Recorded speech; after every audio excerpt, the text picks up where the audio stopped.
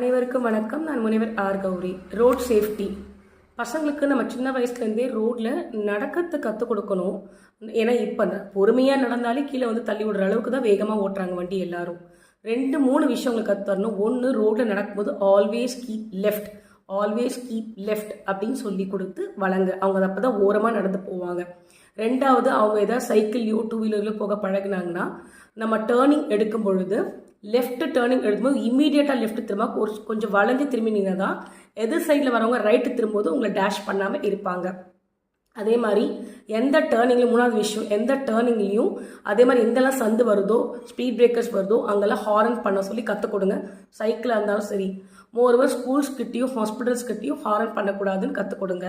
ரோட்டில் ரொம்ப வேகமாக வண்டி ஓட்டாமல் நிதானமாக போகணும், கூலாக இருக்கணும், சில்லாக இருக்கணும் கற்றுக் கொடுங்க. எந்த விதமான வேகமாக இருந்தாலும் கொஞ்சம் நிதானமாக போக சொல்லி கற்றுக் கொடுங்க. நன்றி, வணக்கம்.